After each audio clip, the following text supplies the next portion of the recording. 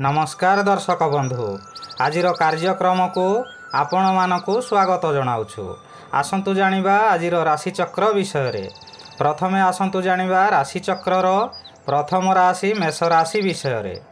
मेष राशि रे जन्म ग्रहण करिथिबा व्यक्ति मानकर षष्ठ रे रवि एवं दशम स्थान रे चंद्र गोचर करुथिबारु शुभ फल प्रदान करिवे। दशम स्थान कर्मर स्थान होइथिबारु आपण आजि दिन रे बड़ बड़ कार्य को सहजरे तुलाइबे।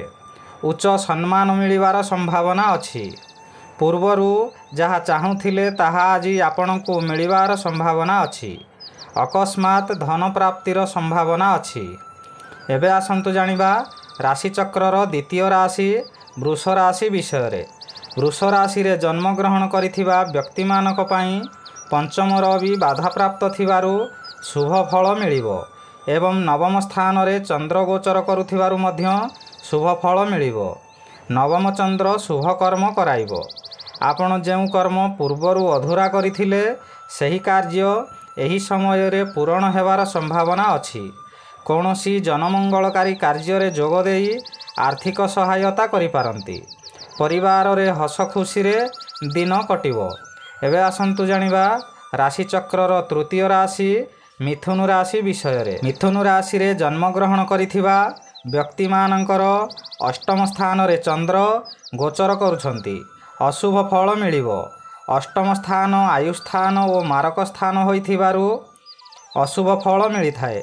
चंद्र अष्टम स्थान रे गोचर करुथिबा समय रे नाना प्रकार दुर्घटना मान घटाई थाए। ताहा मानसिक हेउ किंबा शारीरिक हेउ सतर्क रहिबाकू चेष्टा करंतु। दिनटी भलरे कटिबो।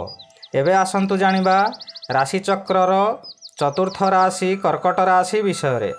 कर्कट राशि रे जन्म ग्रहण करिथिबा व्यक्ति मानकर तृतीय स्थान रे रवि और सप्तम स्थान रे चंद्र गोचर करुथिबारु शुभ फल मिलिबो। परिवार रे हस खुशी रे उत्तम वातावरण रहिबो। आजि दिन रे आपनकु आय वृद्धि हेबा संगे संगे खुशीर खबर मिलिबार संभावना अछि।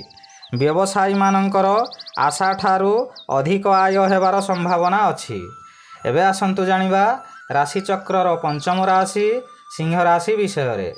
सिंह राशि रे जन्म ग्रहण करिथिबा व्यक्ति मानकर घातचंद्र भोग हेउथिबारु अशुभ फल मिलिबो। सबु स्थान रे आपण अपदस्थ हेबार संभावना अछि। बहु परिमाण रे व्यय हेबा सहित शरीर असुस्थ रहिबार संभावना मध्य अछि। दुर्घटनार शिकार होई पारंती। सतर्क रुहंतु। दिनटी आपणक पई भलरे कटिबो। एबे आसंतु जानिबा राशिचक्रर षष्ठ राशि कन्या राशि विषय रे।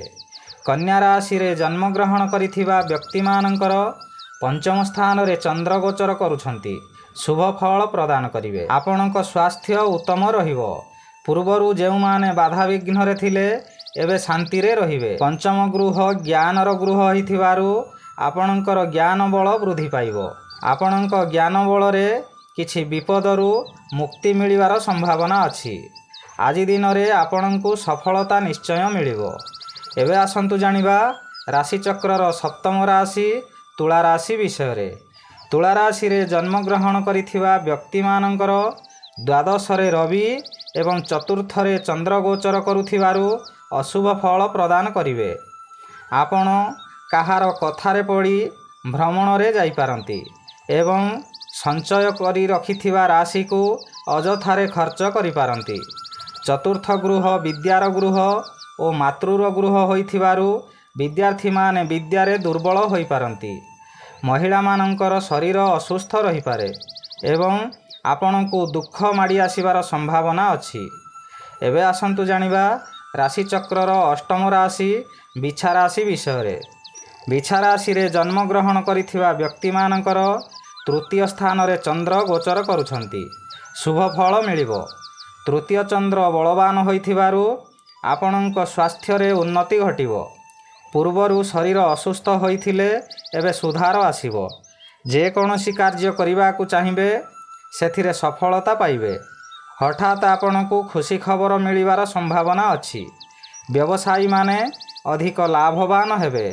एबे आसंतु जानिबा राशिचक्रर नवम राशि धनु राशि विषय रे। ଧନୁରାଶିରେ ଜନ୍ମଗ୍ରହଣ କରିଥିବା ବ୍ୟକ୍ତିମାନଙ୍କର ଶୁକ୍ଳପକ୍ଷ ଦ୍ୱିତୀୟ ସ୍ଥାନରେ ଚନ୍ଦ୍ର ଗୋଚର କରୁଥିବାରୁ ଶୁଭ ଫଳ ପ୍ରଦାନ କରିବେ। ଆପଣଙ୍କ ତେଜର ବୃଦ୍ଧି ଘଟିବ। ଆପଣ ଆପଣଙ୍କ ଶତ୍ରୁମାନଙ୍କ ଦ୍ୱାରା ଆପଣ ଉପକୃତ ହେବାର ସମ୍ଭାବନା ଅଛି। ବନ୍ଧୁମାନଙ୍କ ଠାରୁ ଖୁସି ଖବର ପାଇବାର ସମ୍ଭାବନା ମଧ୍ୟ ଅଛି। ଏବେ ଆସନ୍ତୁ ଜାଣିବା ରାଶିଚକ୍ରର ଦଶମ ରାଶି ମକର ରାଶି ବିଷୟରେ।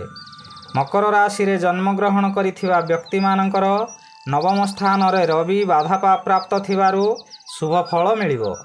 ଶ୍ରୀଚନ୍ଦ୍ର ଗୋଚର କରୁଥିବାର କେତେକ କାଂଶରେ ଶୁଭ ଫଳ ମିଳିବ। ଆଜି ଦିନରେ ଘରକୁ କୌଣସି ଅତିଥିଙ୍କର ଆଗମନ ହୋଇପାରେ। ଯଦି କୌଣସି ସ୍ଥାନକୁ ଯାତ୍ରା କରିବାର ଅଛି ଯାଆନ୍ତୁ ନାହିଁ, ନଚେତ୍ ଅସୁବିଧାର ସମ୍ମୁଖୀନ ହୋଇପାରନ୍ତି। ଏବେ ଆସନ୍ତୁ ଜାଣିବା ରାଶିଚକ୍ରର ଏକାଦଶ ରାଶି କୁମ୍ଭ ରାଶି ବିଷୟରେ। କୁମ୍ଭ ରାଶିରେ ଜନ୍ମଗ୍ରହଣ କରିଥିବା ବ୍ୟକ୍ତିମାନଙ୍କର ଅଷ୍ଟମ ସ୍ଥାନରେ ରବି ଏବଂ ଦ୍ୱାଦଶ ସ୍ଥାନରେ ଚନ୍ଦ୍ର ଗୋଚର କରୁଥିବାରୁ ଅଶୁଭ ଫଳ ପ୍ରଦାନ କରିବେ। ଦ୍ୱାଦଶ ଚନ୍ଦ୍ର ଆପଣଙ୍କୁ ବ୍ୟାକୁଳିତ କରିବ।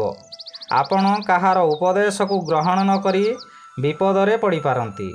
ମନରେ ଗ୍ଲାନି ବଢ଼ିବାର ସମ୍ଭାବନା ଅଛି। ଆୟର ମାତ୍ରା କମିବାର ସମ୍ଭାବନା ମଧ୍ୟ ଅଛି। ହାନି ଘଟିପାରେ ଏବଂ ଅର୍ଥହାନିରେ ମଧ୍ୟ ପଡ଼ିପାରନ୍ତି।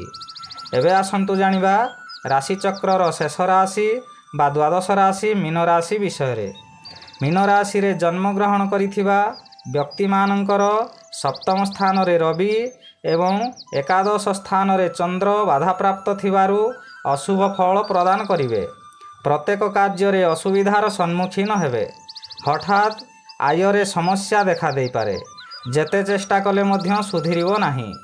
ଆଜି ଦିନରେ ସମ୍ପର୍କୀୟମାନେ ମଧ୍ୟ ଆପଣଙ୍କ ବିରୋଧରେ ଯାଇପାରନ୍ତି। କୌଣସି କ୍ଷତି ନହେଲେ ମଧ୍ୟ ଆପଣ ବିଚଳିତ ହୋଇପାରନ୍ତି। ଆପଣ ଆପଣଙ୍କ ଆରାଧ୍ୟଙ୍କୁ ସ୍ମରଣ କରନ୍ତୁ। ଦିନଟି ଭଲରେ କଟିବ।